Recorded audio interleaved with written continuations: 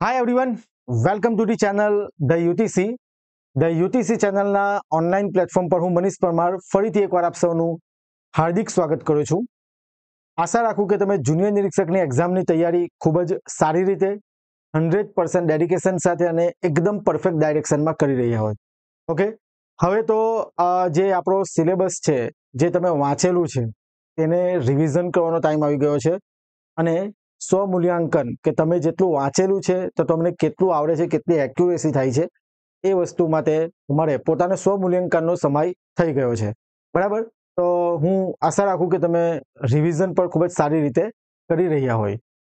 આજના વિડીયોમાં આપણે જે ગુજરાતી અંગ્રેજી કોમ્પ્રિહેન્શન, જે ગુજરાતી પેરેગ્રાફ આપેલો હોય એના પરથી ક્વેશ્ચન આન્સર્સ અને ઇંગ્લિશ પેરેગ્રાફ આપેલો હોય એના પરથી ક્વેશ્ચન આન્સર્સ, જે 10 માર્કનું છે આપણા સિલેબસમાં, તો એમાંથી એક પેરેગ્રાફ લઉં છું ગુજરાતીનો. ગુજરાતી કોમ્પ્રિહેન્શન જે 5 માર્કનું પૂછાશે એના વિશે આજના વિડીયોમાં આપણે ચર્ચા કરવાના છે. જનરલી આ જે 5 માર્કનું જે ગુજરાતી અંગ્રેજી કોમ્પ્રિહેન્શન જે પૂછાય છે, 5 માર્કનું ગુજરાતી કોમ્પ્રિહેન્શન અને 5 માર્કનું અંગ્રેજી કોમ્પ્રિહેન્શન, જે તમે સ્કૂલ લેવલથી કરતા આવતા હોય છે, બરાબર છે. તો એ બધાને આવડતું જ હોય છે અને ઇઝી પોર્શન છે. પણ આપણે એક પેરેગ્રાફ જોઈ લઈએ કે જેથી તમને બેઝિક આઈડિયા આવી જાય કે કયા પ્રકારનું પૂછાશે. ઓકે, તો વિડીયોને સ્ટાર્ટ કરીએ. તો આ જે પેરેગ્રાફ છે, ગુજરાત ગૌણ સેવા પસંદગી મંડળ GSSB ગાંધીનગર, જાહેરાત ક્રમાંક 207/2023 22-23, બરાબર, 2022-23 207 જાહેરાત ક્રમાંક, અધિક મદદનીશ ઇજનેર સિવિલ વર્ગ 3, એક્ઝામ ડેટ 17/12/2023. ને આ એક્ઝામ પણ CBRT હતી, જે આપણી જુનિયર નિરીક્ષકની થવાની છે, કોમ્પ્યુટર બેઝડ. બરાબર, તો આ એક્ઝામ પર CBRT હતી. આ મને એક પેપર મળેલું હતું ને એની અંદર મેં જોયું કે ગુજરાતી અંગ્રેજી કોમ્પ્રિહેન્શન આપેલું છે, મતલબ સિલેબસમાં હતું. તો એ આપણે અહીંયા પેરેગ્રાફ લઈ લઈએ કે જેથી સ્ટુડન્ટને આઈડિયા આવી જાય કે કયા પ્રકારનો પેરેગ્રાફ પૂછાઈ શકે. ઓકે, તો જોઈએ. જે 10 માર્કનું પૂછાવાનું છે તેમાંથી 5 માર્કનું જે ગુજરાતી કોમ્પ્રિહેન્શન છે, આપેલ પેસેજ ધ્યાનથી વાંચો અને નીચેના પ્રશ્નોના સૌથી યોગ્ય જવાબ પસંદ કરો. બરાબર છે. તો પેરેગ્રાફ મોટો આપેલો હશે, અંગ્રેજીનો અને ગુજરાતીનો. એક્ઝામ આપતી વખતે તમારે પેરેગ્રાફને વાંચવાનો છે, સમય વેડફ્યા વગર, અને તે પણ ધ્યાનથી. બરાબર છે. જ્યારે તમે એક્ઝામ આપતા હશો તો જ્યારે ગુજરાતી અંગ્રેજી કોમ્પ્રિહેન્શન આવે તો પેરેગ્રાફ મોટો હશે, એક લાઈન એક જ વખત વંચાય એ રીતે ધ્યાનથી વાંચવાનું છે, કારણ કે આપણી પાસે સમયનો અભાવ હશે. બરાબર છે. તો તમે તમારી રીતે ટાઈમ મેનેજમેન્ટ કરવાનો છે. એના માટે તમારે ટેસ્ટ આપવી પડશે એક્ઝામ આપવા પહેલા. તો ટેસ્ટ સિરીઝ પર આપણી એપ્લિકેશન પર ટૂંક સમયમાં આવવાની છે. એની બધી જ ડિટેલ્સ આપણે પછી આવતા કોઈ વિડીયોમાં જોઈશું. ઓકે, તો પહેલા આપણે ગુજરાતી પેરેગ્રાફ છે તે જરા વાંચી લઈએ ધ્યાનથી. આવનારા 25 વર્ષોમાં 35થી વધુ દેશોમાં પાણીની ગંભીર કટોકટી સર્જાશે. આ દેશોમાં ભારત પણ સામેલ છે.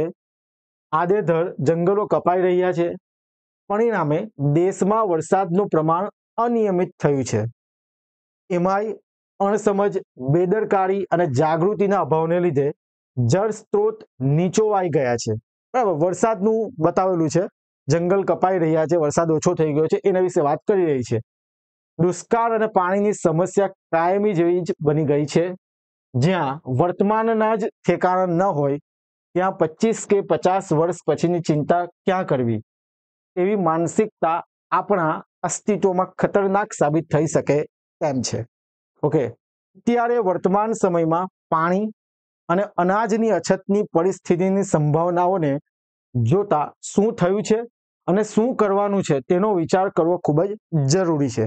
જે પ્રમાણે પાણીની અછત અને અનાજની અછત ઊભી થઈ રહી છે, તો એના પર વિચાર કરવો ખૂબ જ જરૂરી છે, એવું પેરેગ્રાફમાં જણાઈ રહ્યું છે.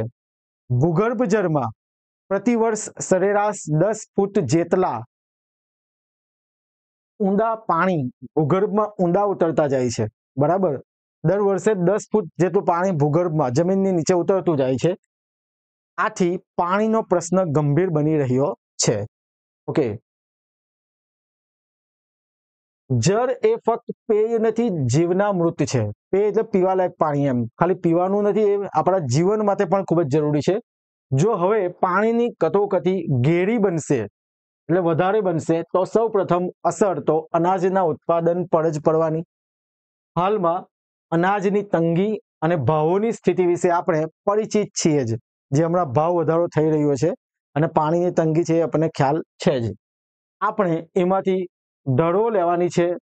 પાણીના તમામ પ્રશ્નો ઉકેલવા માટે ચેક ડેમ, તળાવ, સરોવર, આળબંધ, ખેત તલાવડી, રિચાર્જિંગ કુવા, પાળાઓ, દિવાલો વગેરે દ્વારા વરસાદના ટીપે ટીપે પાણીનો સંગ્રહ કરીને તેનો ઉત્પાદક ઉપયોગ કરવા સિવાય બીજો કોઈ શ્રેષ્ઠ વિકલ્પ દેખાતો નથી. આ બધી જ વસ્તુ તમે જાણતા જ હશો, બરાબર છે. આ માટે ઘરનું પાણી ઘરમાં, શેરીનું પાણી શેરીમાં, ખેતરનું પાણી ખેતરમાં, ગામનું પાણી ગામમાં અને શહેરનું પાણી શહેરમાં, આ સૂત્રને સાર્થક કરીએ. ભારતના ભૂતકાળના વર્ષોનો અભ્યાસ કરતા માલુમ પડશે કે જે વર્ષે વરસાદ નિયમિત અને સારો થાય તે વર્ષ આર્થિક વિકાસ ઊંચો રહેવા પામ્યો છે. એટલે વરસાદ સારો એવો થાય તો તે વખતે આપણો જે આર્થિક વૃદ્ધિ દર છે તે કેવો છે? સારો હોય છે. વિશ્વના અન્ય પરિબળો ગૌણ રહે છે, કારણ કે દેશની 60% વધુ પ્રજા કૃષિ આધારિત છે, ખેતી પર નિર્ભર છે. તેમની આવક વરસાદ આધારિત રહેતી હોય છે, બરાબર છે. આ પેરેગ્રાફ આપણને આપેલો છે, જે પૂછાઈ ગયો હતો એમ. તો તમે જ્યારે એક્ઝામ આપતા હશો ત્યારે સ્ક્રીન પર હશે આ રીતના, એટલે તમે કઈ રીતના એને વાંચો, પેપરમાં વાંચવું એમ ઓફલાઈન એક્ઝામ હોય તે, અને ઓનલાઈન એક્ઝામ હોય તે વાંચવું જરા ડિફરન્સ હોય છે. તો તમે જે વાંચતા જાઓ છો તો ધ્યાનથી અને કોન્સન્ટ્રેશનથી વાંચવાનું. એક લાઈન 4 વાર વાંચવી પડે એવું નહીં કરવાનું. એક જ વખતમાં સમજ પડી જાય છે કે જેથી આપણો સમય બચે એ રીતના ધ્યાનથી પેરેગ્રાફ વાંચી લેવાનો છે, બરાબર છે. જો સ્ક્રીન પર એક જ સમય એક જ પેરેગ્રાફ વંચાઈ જતો હોય, મતલબ એક્ઝામમાં એવો કોઈ પેરેગ્રાફ આવે અને એક જ સમય વંચાઈ જાય તો સારું. ઓકે, હવે આ જે પેરેગ્રાફ છે તેના ક્વેશ્ચન આન્સર આપેલા છે, જે કેટલા ક્વેશ્ચન હશે? 5 ક્વેશ્ચન, બરાબર છે. તો જોઈએ ક્વેશ્ચન 1. પહેલો ક્વેશ્ચન, તમારી દ્રષ્ટિએ ફકરાને યોગ્ય શીર્ષક કયું હોઈ શકે? હવે તમે આ પેરેગ્રાફ આખો વાંચ્યો ત્યારથી તમને ખબર પડી જાય છે કે પાણી વિશે વાત થઈ રહી છે, જળ, બરાબર છે.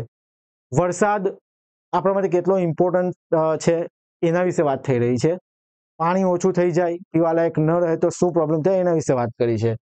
તો તમારી દ્રષ્ટિએ ફકરાને યોગ્ય શીર્ષક કયું હોઈ શકે? ઓપ્શન એ જળ પ્રવાહ, ઓપ્શન બી જળ સંકટ, ઓપ્શન સી જલમગ્ન, ઓપ્શન ડી જળધારા. બરાબર છે. તો તમે જુઓ આમાં ચિંતા વ્યક્ત કરી છે, બરાબર છે. વરસાદ જે ઘટી રહ્યો છે, જે પાણી ઓછું થઈ રહ્યું છે, જંગલો કપાઈ રહ્યા છે, તેની ઇફેક્ટ સીધી વરસાદ પર થાય છે, પાણી પર થાય છે, તો ચિંતા વ્યક્ત થઈ રહી છે. તો આનો જે ઓપ્શન આવશે, જે શીર્ષક આવશે, તો આપણે શું શીર્ષક આપીશું? ઓપ્શન બી જળ સંકટ, બરાબર છે. આની પીડીએફ આપણે ટેલિગ્રામ ચેનલમાં મૂકી દઈશું. ટેલિગ્રામમાંથી તમને પીડીએફ મળી જશે, બરાબર છે. જો તમે ટેલિગ્રામ ચેનલ જોઈન્ટ નથી કરી તો જોઈન્ટ કરી લો, જેની લિંક ડિસ્ક્રિપ્શનમાં આપેલી છે. ધ યુટીસી કરીને ટેલિગ્રામ ચેનલ છે, ધ યુટીસી ઓલ એક્ઝામ કરીને. ઓકે, તો યોગ્ય શીર્ષક કયો રહેશે? જળ સંકટ. આગળ જઈએ. જળ માટે યોગ્ય પર્યાય શોધો.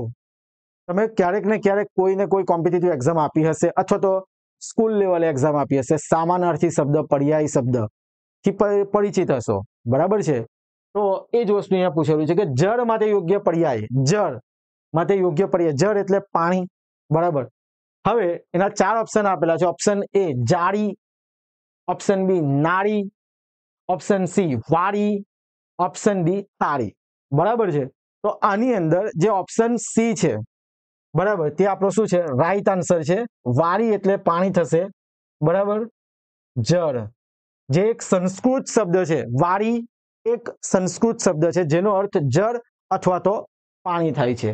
ઓકે, તમે જોઈ શકો એટલા બધા ટફ ક્વેશ્ચન પૂછાતા હોતા નથી. તમારું કોન્સન્ટ્રેશન ચેક કરવામાં આવે, બરાબર છે, કે તમે પેરેગ્રાફ વાંચો છો અને તમને કેટલું ખ્યાલ આવે છે ઇન્સ્ટન્ટ. ચાલો નેક્સ્ટ ક્વેશ્ચન જોઈએ. ગૌણ શબ્દનો વિરુદ્ધાર્થી શબ્દ શોધો. ગૌણ એટલે સેકન્ડરી, અવગણના, ગૌણ છે આ તો, બરાબર છે, અવગણના, સેકન્ડરી. પણ આપણને સમાનાર્થી નથી પૂછેલો, શું પૂછેલું છે? વિરુદ્ધાર્થી. અવગણના સેકન્ડરી, તો એનો વિરુદ્ધાર્થી શું? Primary, important. તો ગૌણ શબ્દના આપણે ઓપ્શન જે આપેલા છે જોઈએ, મૌણ, કોણ, મુખ્ય અને સૌણ. મેં તમને કીધું ગૌણ એટલે શું? સેકન્ડરી, અવગણના. એનો વિરુદ્ધાર્થી આપણે શોધવાનો છે. તેનો આન્સર શું આવશે? ઓપ્શન નંબર સી, મુખ્ય. બરાબર, ઇમ્પોર્ટન્ટ વસ્તુ. ચાલો નેક્સ્ટ જોઈએ, ક્વેશ્ચન નંબર 4. ફકરાનો કેન્દ્રવર્તી વિચાર શું છે? જે પેરેગ્રાફ આપેલો છે એનો જે કેન્દ્રવર્તી વિચાર કે એક્ઝેક્ટલી જે પેરેગ્રાફ છે શું કહેવા માંગે છે? તો ઓપ્શન 1 જળ ચિંતન, ઓપ્શન બી અનાજ ઉત્પન્ન, ઓપ્શન ડી વનરક્ષણ, ઓપ્શન ડી સી વનરક્ષણ અને ડી કૃષિ ચિંતન. બરાબર છે. એકચ્યુઅલી અનાજ ઉત્પન્ન વિશે પણ વાત થઈ છે, વન રક્ષણ પર વિશે વાત થઈ છે, કૃષિ ચિંતન વિશે પણ વાત થઈ છે અંદર. પણ મુખ્ય કેન્દ્રવર્તી વિચાર, બરાબર, જે મુખ્ય વિચાર કયો છે? જળ ચિંતન, પાણીની ચિંતા. સમજાય છે બધાને? જળ ચિંતન વિશે વાત થઈ છે. Okay, and last question of this paragraph. ફકરામાંથી જે ધ્વનિ સાંપડે છે તે કયો છે?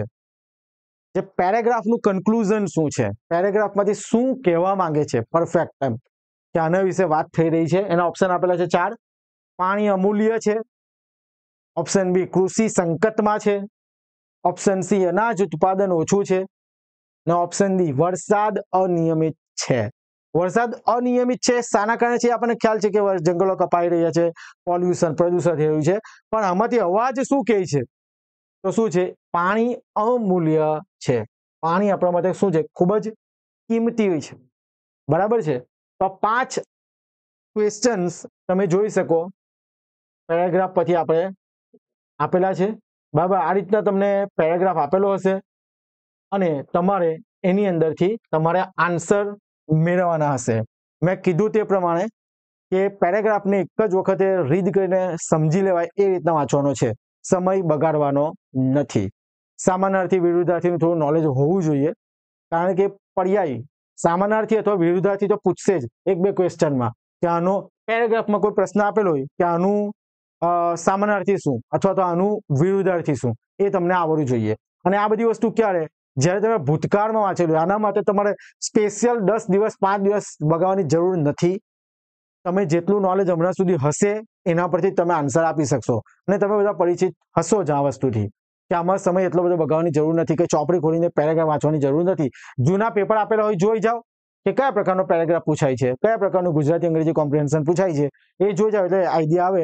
સમય બગાડવાની જરૂર નથી. તો આશા રાખું કે તમને ગુજરાતી કોમ્પ્રિહેન્શન જે આપણે હમણાં કરાવ્યું અને કયા પ્રકારનું પૂછાઈ શકે એ તમને ખ્યાલ આવી ગયો હોય. બરાબર, હવે જે અંગ્રેજી કોમ્પ્રિહેન્શન છે તેના વિશે આપણે નેક્સ્ટ લેક્ચર જે વિડીયો અપલોડ થશે યુટ્યુબ પર તેનામાં જોઈશું.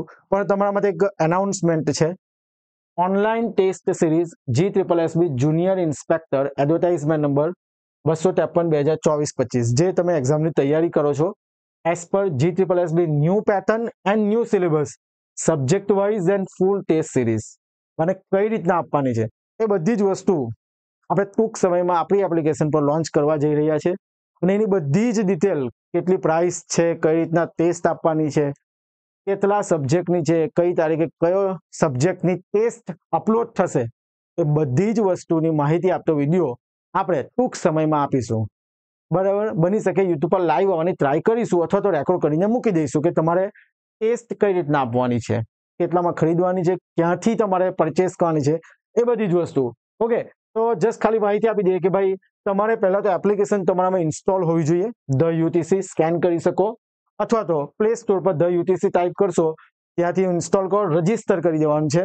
અને જો તમને એવું લાગે છે કે ભાઈ જુનિયર નિરીક્ષકની બધી જ માહિતી આપણા સુધી પહોંચી રહી છે આ પ્લેટફોર્મના માધ્યમથી, અમારા માધ્યમથી તમારી સુધી બધી જ માહિતી પહોંચી રહી છે, અને જો તમને એવું લાગે કે ઉપયોગી છે ચેનલ, તો ચેનલને સબસ્ક્રાઇબ કરી દેજો, વિડીયોને શેર કરો, લાઈક કરો અને કમેન્ટ કરો.